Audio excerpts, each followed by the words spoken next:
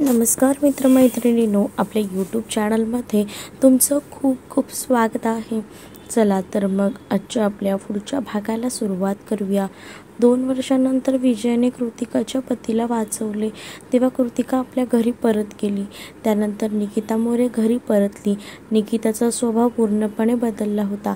पूर्वीप्रमाणे ती कोणाशीही मोकळेपणाने बोलत नव्हती. जसे ते निखिल नाईकसोबत मोकळेपणाने वागायची, कृतिका घरी आली की निकिता तिच्याकडे पाहतही नव्हती. कृतिका आल्यावर निकिता एकतर ऑफिसला निघून जायची किंवा आपल्या खोलीत बंदिस्त राहायची. निकितावर मानसिक उपचार सुरू होते. 1 महिन्यापूर्वी यशचे लग्न झाले होते. एका संध्याकाळी निकिता आणि निखिल ऑफिसवरून घरी आले. हॉलमध्ये सगळे एकत्र जमले होते. कृतिकाही तिथे होती. सगळे काहीतरी बोलत खेळत हसत होते. पण निकिता आणि निखिलला पाहताच वातावरण शांत झाले. कृतिका उठून त्यांच्याजवळ आली. वहिनी, मला तुझ्याशी बोलायचं आहे, ती म्हणाली. निकिता काही न बोलता थेट आपल्या खोलीत निघून गेली. निखिलनेही कृतिकाकडे दुर्लक्ष केलं आणि तोही मागोमाग गेला. मी तर आधीच सांगितलं होतं तिला घरी येऊ देऊ नका, यश चिडून बोलला आणि रागाने बाहेर गेला. दीपा, यशची पत्नी, त्याच्या मागे गेली.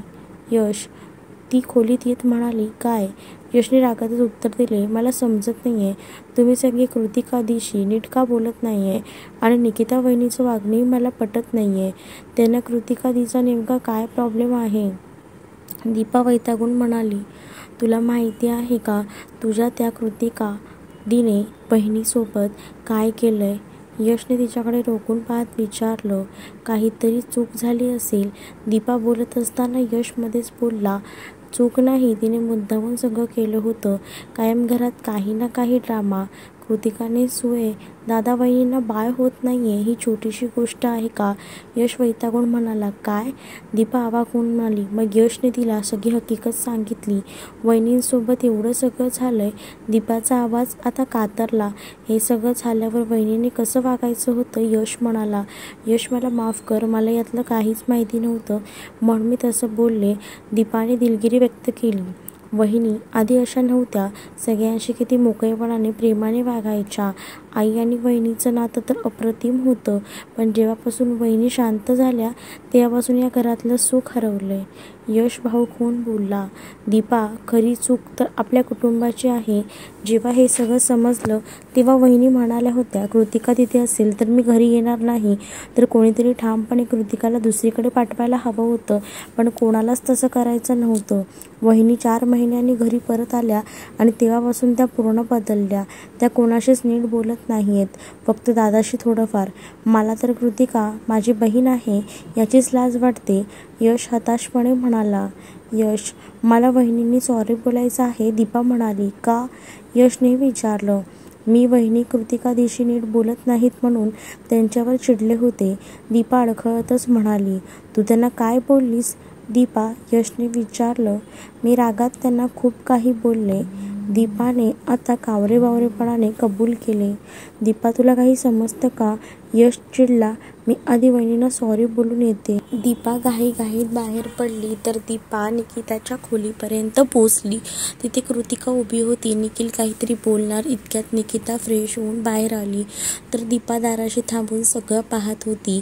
वहिनी, मला तुमच्याशी बोलायचं आहे, कृतिकाने पुन्हा सांगितलं. निकिताने मोरे कृतिकाला दुर्लक्षित करून आपलं काहीतरी सामान शोधायला लागली. कृतिका, जा तू, निखिल म्हणाला. दादा, मी गरोदर आहे, कृतिका म्हणाली. निकिताचे हात थांबले. तिच्या डोळ्यात पाणी आलं. ठीक आहे, आता जा, निखिल चेहऱ्यावरून हात फिरवत म्हणाला. माझं बाळ मी काही दिवसांसाठी तुम्हाला द्यायला तयार आहे, कृतिका म्हणाली. तिचं बोलणं ऐकून निखिल आणि दीपा अवाक झाले. तर कृतिका, तुला जरा तरी लाज आहे का? माझ्यासमोर पुन्हा येऊ नको, निकिता तिच्याकडे रोखून पाहत म्हणाली. वहिनी, मी माझं बाळ देईन, कृतिका पुन्हा म्हणाली. काय एक्सचेंज ऑफर आहे का? तुझं बाळ मला देणार? कृतिका, लक्षात ठेव, तुझ्यामुळेच आम्हाला मुलं होत नाही आहेत आणि असं नाटक माझ्यासमोर करू नकोस. निकिता तिला बोट दाखवत म्हणाली. वहिनी, किती दिवस तेच तेच धरून बसणार आहेस? माझं बाळ तुझ्याकडे काही दिवस राहिलं तर सगळं ठीक होईल, कृतिका म्हणाली. निक, पुन्हा माझ्यासमोर येऊ नकोस. मी तुझं बाळ मागितलंही नाही आहे, निकिता ओरडली. किती दिवस तेच धरून बसणार आहेस? माझी चूक झाली, मी पुन्हा असं करणार नाही, कृतिका वैतागून म्हणाली. कृतिका, तू गरोदर आहेस म्हणून मी गप्प आहे. तुला माहिती आहे मी काय करू शकतो, निखिल म्हणाला. कृतिका घाबरून निघून गेली. तर निखिल ही मला का त्रास द्यायला येते, निकिता त्याच्या मिठीत शिरत म्हणाली. निखिलही तिच्या डोक्यावर हात ठेवतो. दीपा तिथून निघून जाते तर इकडे कृतिकाने वेगळा ड्रामा सुरू केला. वहिनींनी मला निक म्हणाली, कृतिका रडत आजीला सांगते.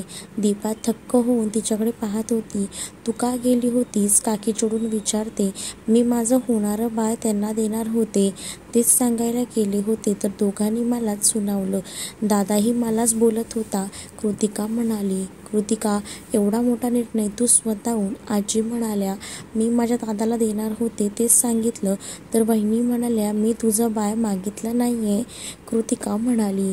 कृतिका दी, तुम्ही काय बोलताय तेही सांगा, दीपा हा ड्रामा पाहून म्हणाली. दीपा, तुला काय माहिती, कृतिका म्हणाली. मी तिथेच होते पण तुमचं लक्ष नव्हतं. तुम्ही वहिनींवर खोटे आरोप लावू नका. दीपाने कृतिकाला काय बोललेलं ती सगळं सांगितलं. कृतिका, तुझं पाप कुठे फेडणार, काकी म्हणाल्या. कृतिका, तुला कितीदा सांगितलं आहे निकिता समोर जायचं नाही, साधना म्हणाल्या. शांत व्हा सगळे, तू जा बाळा, आराम कर, आजी म्हणाल्या आणि निघून गेल्या. अहो, कधीतरी निखिल आणि निकिताचा विचार करा, साधना चिडून विजयला म्हणाल्या. विजय काहीच बोलत नाहीत. गेल्या 2 वर्षांपासून हे असंच सुरू आहे. कृतिका निकितासमोर गेली की भांडणं व्हायचं आणि निखिलही विजयशी नीट बोलत नव्हता. डॅड, तुम्ही दादासाठी काही करू शकलात नाही तर माझा तर विचारही करणार नाही, सायली बोलून निघून गेली. तर निक्कू, बाहेर जायचं का, निखिल तिचा लॅपटॉप बाजूला ठेवतच तिला म्हणाला. चालेल, निकिता म्हणाली. आपल्या दोघांचे कपडेही घे, तिथून उद्या थेट ऑफिसला जाऊ, निखिल तिच्या कपाळावर चुंबन घेतच म्हणाला. हो घेते. निकिता उठून कपाटाकडे गेली. ती दोघांचेही कपडे पॅक करून आणते. शोना, निखिल तिला मिठीत घेतो. निकिता त्याच्या गालावर हात ठेवून म्हणाली. तू नाराज होऊ नको, किती शांत झाली आहेस तू, निखिल तिच्या खांद्यावर हनुवटी ठेवत म्हणाला. तर निखिल, मला असं वाटतं कृतिकाला त्या औषधांचे सगळे परिणाम माहिती होते आणि तिने मुद्दाम हे सगळं केलं आहे, निकिता म्हणाली. माहिती आहे मला शोना, फक्त काही कारणांमुळे माझे हात बांधले आहेत, नाहीतर तिला, निखिल बोलता बोलता थांबला. निखिल, मला आता सहन होत नाहीये, निकिता हुंदके आवरतच म्हणाली. निकू, इकडे बघ, मी आज सगळं स्पष्ट करतो, निखिल तिच्या कपाळावर चुंबन घेतच म्हणाला. निकिता तयार होत होती आणि निखिल हॉलमध्ये आला. मी आणि निकिताने राजीनामा मेल केला आहे, निखिल शांतपणे म्हणाला. तू सगळं तुझ्या मनासारखं करणार आहेस का, विजय म्हणाले. तुम्ही तर तसंच केलं ना, मग मी काय वेगळं करतोय, निखिलही आता म्हणाला. कारण काय, विजयने विचारलं. मला आणि माझ्या बायकोला तुमच्या निर्णयामुळे खूप त्रास होतोय, निखिल म्हणाला. निखिल, घाईत निर्णय घेऊ नकोस, आपण बोलू, काका समजावत म्हणाले. काय बोलायचं आहे, निकूला किती त्रास होतोय तुम्ही पाहताय ना, मी व्यवसाय सोडतोय आणि घरात असंच सुरू राहील तर पुढे तुम्हाला माहिती आहेच, निखिल बोलून जायला वळला. तर यश, तुझ्या बायकोची काळजी घे, माझी चूक झाली, तू ती करू नकोस, निखिल यशला म्हणाला आणि निघून गेला. तुम्हाला काहीच वाटत नाही आहे का, दादा आणि वहिनींचा थोडा विचार करा, यश रागाने ओरडला. मी निखिल आणि निकिताला घेऊन निघून जाईल, मग तुम्ही आणि तुमची आई काय करायचं आहे ते करा, साधना विजयला म्हणाल्या. साधना, तुम्ही काय बोलताय, विजय थक्क होऊन म्हणाले. हो, तुम्ही सगळं आईचं ऐकताय ना, मग तेच करा, मी माझ्या मुलांना घेऊन जाते, साधना बोलून निघून गेल्या. तर दादा आपलं घर तुटेल, तुम्ही दोघांनी जिद्द सोडा, काकी कळवळून म्हणाल्या. कृतिका तुमच्यासोबत खेळ खेळते, ती माझी मुलगी आहे, तिचं डोकं कुठे चालतंय मला कळतंय, काका म्हणाले. आजी, एक गोष्ट सांगतो, दादा वहिनी इथून गेले तर मी 1 मिनिटही इथे थांबणार नाही, यश म्हणाला. रेडी झालीस माझी निकू? निखिल तिला मिठीत घेतच म्हणाला. हो, तुम्हीही रेडी व्हा, निकिता म्हणाली. मी तर रेडीच आहे निखिल, जाऊया मग? निकिता म्हणाली. हो चला. निखिलही म्हणाला. निकिता तिची पर्स घेऊन फोन ठेवते आणि पुढे निघते, तर तेव्हा निखिल तिचा हात पकडतो. काय? निकिता हसत विचारते, तर निखिल टेबलवरून काजळ घेतो आणि तिच्या कानामागे लावतो. माझ्या क्युटीला कोणाची नजर लागायला नको, निखिल म्हणाला. पतिदेव रोमॅन्टिक मूडमध्ये आहेत. निकिता त्याचा गाल चिमटीत काढत म्हणाली. I love you Nikhil, I love you more. Nikita त्याच्या गालावर चुंबन घेतच म्हणाली. निघायचं? उशीर होईल. हो जाऊया. निखिल तिचा हात पकडतो. दोघं हॉलमधून जात असताना निकिता आजीचा कडक आवाज घुमला. निकिता वैतागून त्यांच्याकडे पाहते, तर निखिलही रागाने आता बघत असतो. तर कृतिका गरोदर आहे हे लक्षात ठेव. इथून पुढे तिचे शब्द जपून बोल. आजी रागाने बोलतात. मी कोणाची बांधील नाही, निकिता दुर्लक्ष करत म्हणाली. तिची रागीट नजर दीपावरही होती. दीपाला निकिताची माफी मागायची होती, पण ती वेळ योग्य नव्हती, म्हणून ती लाजेने मान खाली घालते. निखिल, तुझ्या लाडाचे हे परिणाम आहेत, आजी म्हणाल्या. तर निकू चल निखिल घड्याळ पाहत म्हणाला. आजीने पूर्ण दुर्लक्ष करून दोघं निघून गेले. तर आजी त्यांना सुखात जगू द्या, तुम्ही त्यांच्या मागे का लागताय? सायली चिडून म्हणाली. आवाज खाली, आजी तिला दटावत म्हणाल्या. सायली रागाने निघून गेली. तर दुसऱ्या दिवशी निखिल आणि निकिता सकाळी 11 वाजता घरी परतले. तर निखिलने निकिताला सांगितलं होतं की आता ऑफिसला जायची गरज नाही आहे. निखिल खोलीत होता आणि निकिता स्वयंपाकघरात जायला निघाली. तीच पोर्चमधून पुढे जात असताना कृतिकाचा आवाज ऐकू आला. ही सगळी प्रॉपर्टी माझीच होणार आहे, कृतिका फोनवर बोलत होती.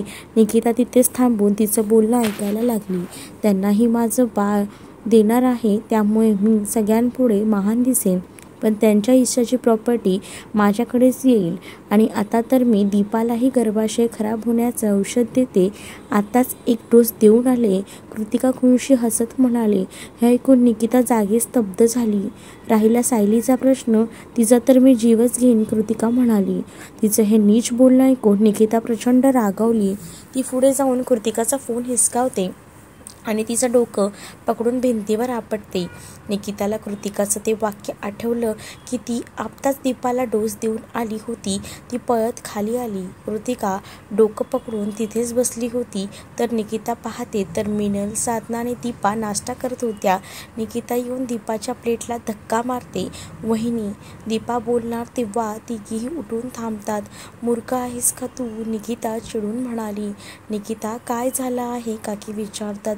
कृतिका, दीपाला गर्भाशय खराब होण्याचे डोस देते आहे, निकिता मोठ्याने श्वास घेत म्हणाली. काय? काकी तोल जाऊन पडणार तेव्हाच मिनल, साधना त्यांना पकडतात. यश, निकिता जोरात हाक मारते. तिचा आवाज ऐकून निखिल आणि यश आता घाबरून खाली येतात. काय झालं आहे वहिनी? यश, दीपाला घेऊन हॉस्पिटलला जा. निकिता, दीपाला काय झालं आहे? यश काळजीने मला विचारतो. मला जसे डोस दिले होते तसेच कृतिकाने दीपालाही दिले आहेत, निकिता म्हणते. यश घाईत दीपाला घेऊन निघतो. तर निकिता सगळ्यांना सांगते तिने काय केलं आहे ते. घरात सगळ्यांना माहिती होतं की कृतिकाला कॉल रेकॉर्ड करण्याची सवय आहे. तिने कॉल रेकॉर्ड केला असेल. निखिल निकिताच्या हातातून फोन घेत म्हणाला. हा गोंधळ ऐकून आजीही त्यांच्या खोलीतून बाहेर आल्या. फोनमध्ये कृतिकाने आतापर्यंत काय बोललंय त्याची रेकॉर्डिंग होती. आजी अजूनही नातीची बाजू घ्यायची आहे, निकिता नजर रोखून म्हणाली. आजी आता शांत होत्या, तर त्यांच्याकडे बोलायला काहीच नव्हतं. कुठे आहे ती? काकी म्हणाली. कृतिका डोकं पकडून पायऱ्यांवरून येत होती. सगळे रागाने कृतिकाकडे पाहत होते, अगदी आजीही. कृतिका आजींजवळ येऊन थांबते. तर कृतिका, यापुढे तू या घरात पाऊलही ठेवायचं नाही. कोणी काही बोलण्याच्या आधीच आजी म्हणाल्या. आजी, हिने माझं डोकं आपटलंय, कृतिका निकिताकडे पाहून म्हणाली. तुझा तर जीव घ्यायला हवा कृतिका, निखिल रागाने पुढे येत म्हणाला. तर आजी, कृतिका आजींचा हात पकडते, पण आजी हात झटकून देतात. तर कृतिका, तुझी लाज वाटते, निघ इथून आणि परत कधीही येऊ नकोस, आजी म्हणाल्या. आजी, तू असं का बोलते आहेस, कृतिका कळवळून म्हणाली. तर निखिल, तुला जे करायचं आहे ते कर, मी आड येणार नाही, आजी बोलून निघून गेल्या. त्यांच्या चेहऱ्यावरून त्यांना किती दुःख झालंय ते दिसत होतं.